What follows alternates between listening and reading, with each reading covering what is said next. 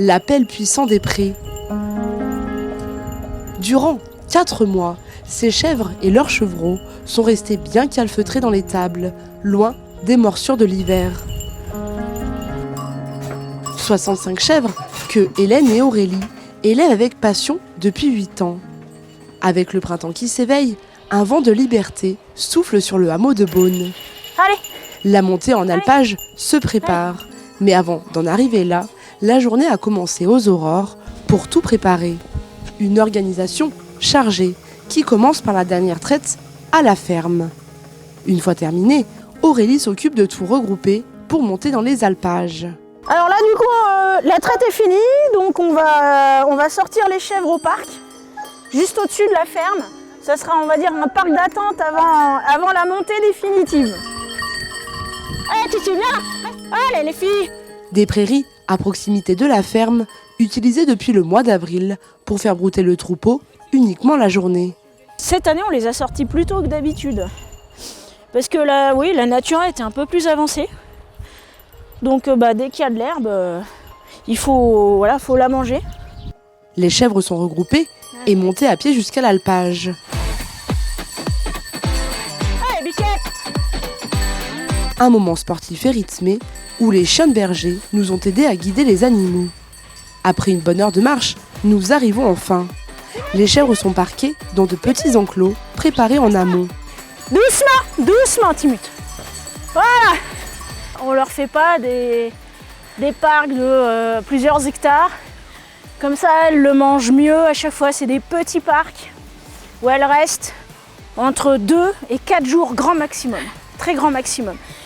Des chèvres qui seront surveillées toute la saison estivale par des chiens de troupeau. Nos patous, ils sont gentils, pas agressifs du tout. Ils vont aboyer, c'est normal. Ils sont là pour avertir s'il y a quelqu'un qui traîne ou du danger. Mais en aucun cas, ils vont franchir les filets. Jamais. Ils vont s'approcher pour voir qui arrive.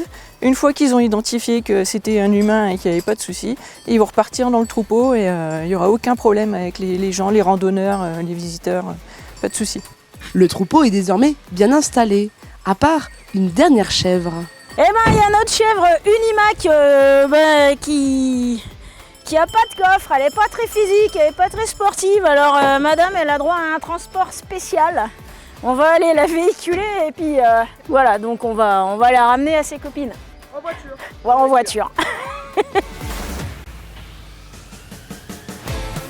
Une fois Sa Majesté arrivée à destination, on s'occupe d'amener la traite mobile à l'alpage. Allez, voilà. Une machine construite entièrement par Hélène et son papa. Elle va rester ici durant 1 mois et sera déplacée à nouveau.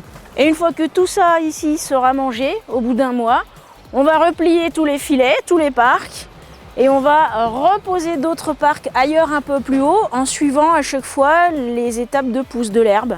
Voilà, plus on va monter jusqu'à environ 1500 mètres d'altitude.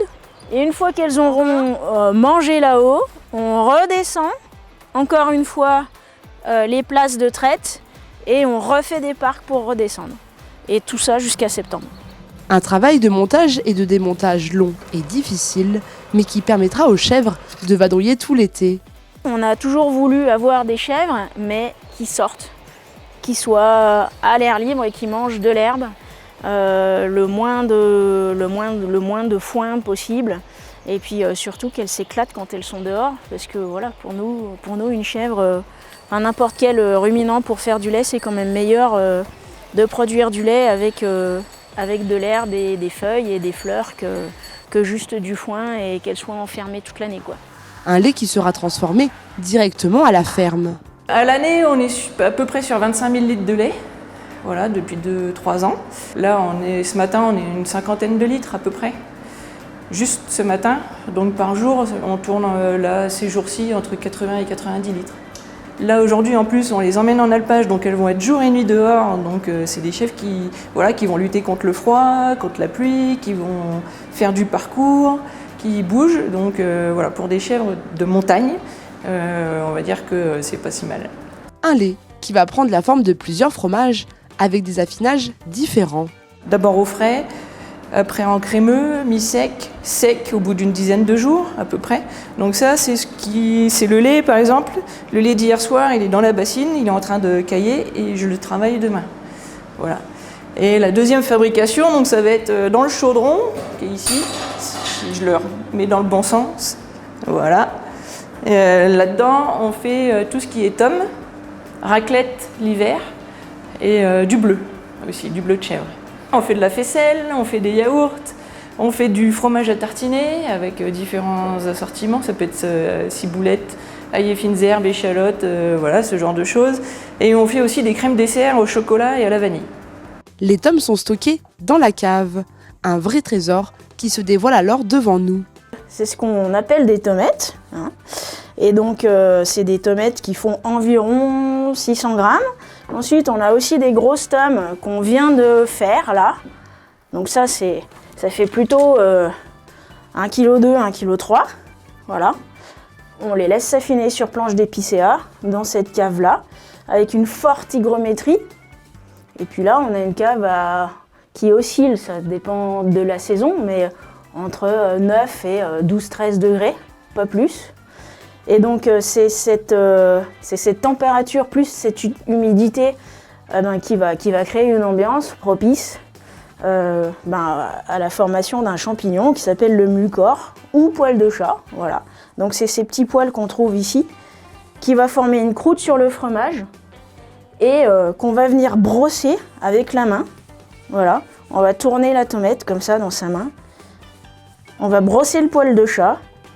Et puis on va attendre, ça on va faire ça tous les 2 jours, on va les retourner sur la planche tous les 2 jours en même temps qu'on brosse. Et puis du coup, quand on va toucher les poils, on a les pores qui vont s'évacuer dans l'air, ça se voit là, et qui vont venir se redéposer sur les tomes qui sont en blanc. Et donc au fur et à mesure, c'est comme ça que le champignon se forme. Voilà. Et donc on attend, pour les tomates, on attend environ 1 mois et demi. Elles sont bonnes à manger. Et puis pour les grosses tomes, un peu plus longtemps, 2 mois, voilà. Des produits qu'on peut retrouver sur les marchés, dans les magasins locaux et bien sûr à la ferme avec un système de vente bien particulier. On met simplement un petit frigo en place à côté de la porte du magasin, ce qui permet aux personnes qui ne connaissent pas les horaires, qui ne sont pas renseignés ou qui sont là pour se promener, ou même les locaux qui habitent dans les petits hameaux aux alentours, de venir chercher du fromage quand ils veulent, 24 heures sur 24. Donc nous, on se charge simplement de réapprovisionner en fonction de nos stocks, voilà ce qu'on a. Donc il y a de la terrine, de la tomate et puis un petit peu des fromages de divers affinages, yaourt, voilà, tout ce qu'on fait peut être dispo dans le frigo. Simplement, on mise sur la confiance, donc les clients payent dans la boîte blanche, ils se rendent de la monnaie qui est disponible dans le pot, ils notent sur un tableau ce qu'ils ont pris. La production de petits laits est-elle donnée à des cochons bien particuliers? Une manière naturelle de le recycler. C'est ce qu'on appelle des mangalika ou mangalitza, avec un Z en hongrois. Et donc c'est une race de cochons laineux. Le nom usuel c'est cochon laineux. Et ça leur permet de rester dehors, même par temps très très très froid. Et donc nous, ce qui nous intéresse justement, comme on commence à fabriquer l'hiver, et que l'hiver ici il y a de la neige, on est à 1200 mètres d'altitude, et on a trouvé cette race-là qui justement correspondait bien à la saison de fabrication qui commence. Et voilà, parce qu'en hiver, il faut bien évidemment leur donner le petit lait tout de suite dès qu'on démarre. Et donc du coup, elles ont aussi du gras, beaucoup de gras, une grosse épaisseur de gras sous la peau qui leur sert bien sûr d'isolant. Voilà.